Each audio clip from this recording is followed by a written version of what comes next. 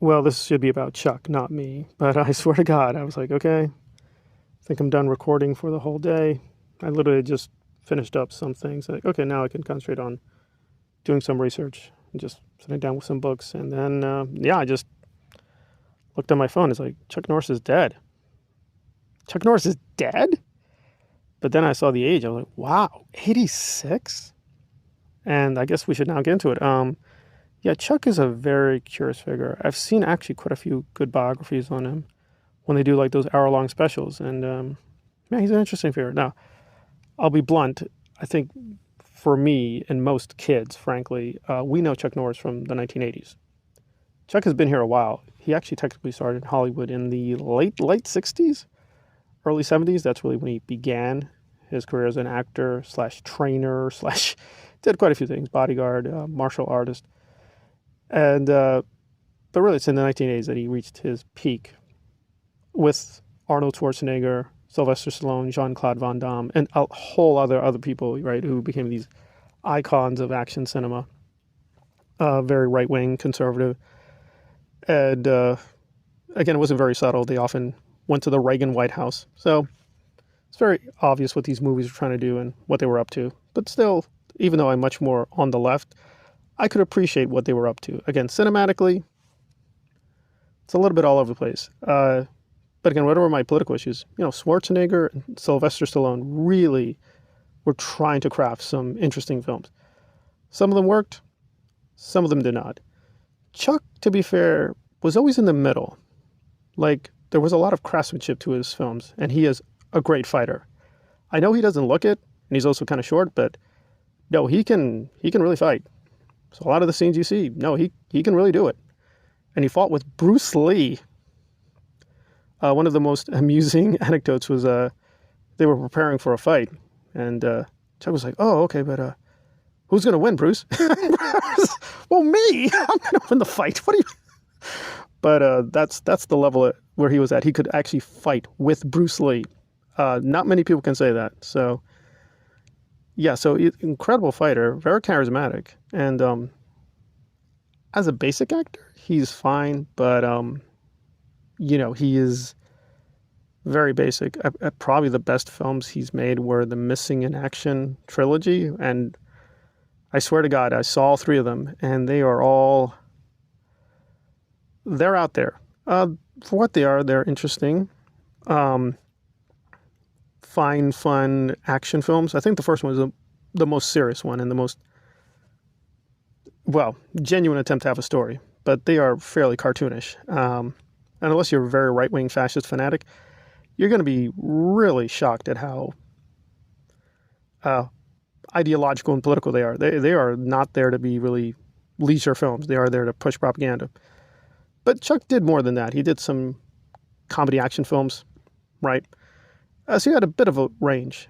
But again, the main thing was action comedies and action comedies. And then more action comedies. And, the occasional action thriller. And that's about it. He just had one genre, action, and, he tried. I think there's a few films he tried with his brother to do a little bit more. But, and listen, I'm a big fan. I love Chuck Norris. Whatever I think about his politics, I love the man. He is a good performer. And again, even though these films are not made for me, I can appreciate them. Even Invasion USA, which is clearly one of the most laughable things I've ever seen. It is one of the worst films and also just so stupid and bad. It is kind of charming, but that's his problem. Like, he never was able to do what Stallone or Schwarzenegger did, which transition from, these kind of cartoonish action films to something more interesting or broad or more challenging. So he never got that superstar status, but he tried. So in the 80s, he was an action star film, and then in the 90s, he moved on to Walker. I saw a few episodes of Walker, and again, the man is dead. I'm trying to find praise, but it's just very basic. They're not terrible. It's just weird. I mean, the one I saw was truly out there. He was facing some kind of invisible shaman using magical powers, and I'm like, alrighty then. But again, the story's always kept being the same, that, Walker, faces a challenge, another challenge, and then, of course, at the end, Chuck pulls out the magic kung fu and wins. That's about it. So he's a man of simple tastes. And he had a few sex scandals here and there, but nothing too bad. Apparently he had a child out of wedlock. It happens. So nothing like really devastating by Hollywood standards.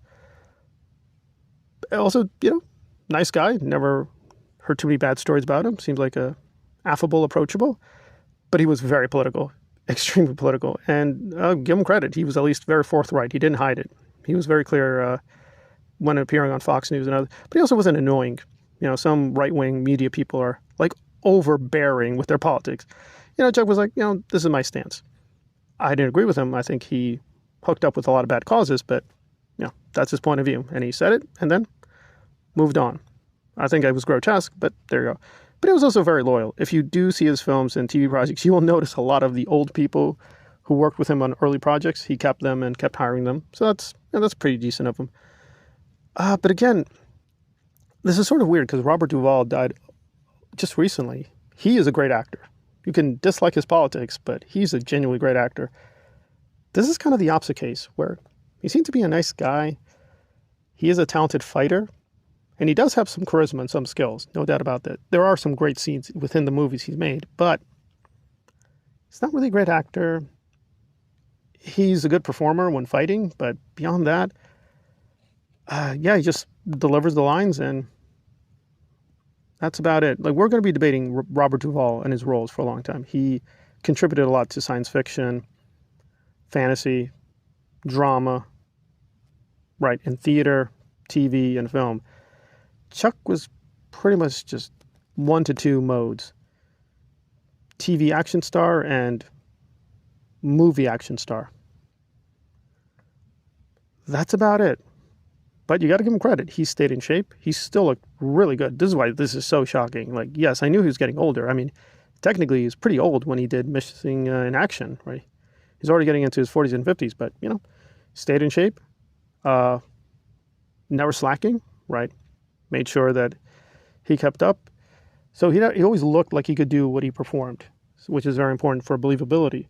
So he didn't, like, degenerate like a lot of action stars, let themselves go, can't maintain themselves. No, very disciplined. Good guy there. But again, also, it's hard to find like the memorable performance. Nowadays we're rebooting, rethinking, remaking. I mean, they're going to remake Rocky, which I think is stupid, but so be it. Of course, the Creed has kept Rocky a little bit. And then eventually they're going to do Rambo. But Chuck isn't that guy. I mean, his films were interesting for what they were for that era. I can go back to them and enjoy them. But nobody's saying, we really need to remake that Chuck Norris classic. So he's sort of just in a weird part of Hollywood history where he had a certain audience, certain fan base who were fanatical, right? The Chuck Norris fans are out there. I mean, David Lynch was a Chuck Norris fan, so he had a lot of fans in different weird areas, but he never quite made it to be like the Hollywood star. He was always in like fairly minor films. A few of them did make good money, so by all means, I'm sure he died wealthy, but never really superstar. So he's never super wealthy, successful enough, fairly conservative, and there we go. But again, he did contribute something, so I don't want to just dismiss the films as all action spaghetti nonsense. But they were fairly functional. In fact, sometimes they all blur in my mind. Oh, he's killing Arab terrorists. No, he's killing the Russian communist. Oh, he's killing ninja guy from the past. Oh, he's taking on a gangster in Chicago. It's just all, variations on one theme. He played it pretty well. So he has a craftsmanship to what he's doing, the stunts and the fighting. And, acting is hard. Acting in film is a skill. But again, it's very hard now to do retrospective. We can't say like Robert Duvall or even Schwarzenegger. Like, well, whether you like him or not, he made some classic films. He made semi-classic films, right? They're classics if you're really into the action genre. But if you're not obsessed with that genre, you'll probably be like, who? He just never did that. He never made the RoboCop or the Rambo or the Terminator, that great 80s film that moved into the 1990s. He always made just minor, interesting classics for a rare right-wing, action-oriented audience. And that's his main legacy. But again, I've only saw a little bit of Walker. I'm probably going to catch a few more episodes. But yeah, again, I've never heard many great things about Walker. So I think the sample I saw was pretty much representative. It's they're above average, action series, and that's about it.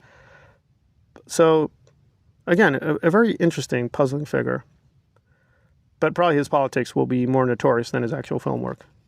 But very talented, and worked with a lot of legends, helped a lot of legends, and by all means seems like a really nice, decent guy. I think his ideology was disgusting, but, person to person, I've never heard really bad things about Chuck Norris. And now he's gone, and it's pretty shocking. Again, he wasn't that active anymore, but, he was still around. He was still around doing interviews. He hadn't disappeared. But again, he just didn't have that body of work that Hollywood is like, well, we need to talk to him again and get him in more projects. He just was a man of his era, 80s, 90s star, action star, and there we are. And some probably younger kids have no clue who he is. Like, who? Chuck what? Chuck Norris? Who's that? Yeah. So, but if you were in a certain age group, then oh yeah, Chuck Norris. Yeah, I remember him. So there is minor classic action star. Now sadly gone. I can't say I overly enjoyed his films, but they are worth looking at again. But again, you do have to see them from a certain perspective. Judged by the John Wick series, which is now the king of action films, they do seem fairly amateurish. But again, for the time period, they were, believe it or not, pretty path-breaking and really successful and very profitable. And there we are. So Chuck Norris, not a major star in Hollywood history, but a minor star. More of a footnote, but a very interesting footnote. And there we are. God rest Chuck Norris.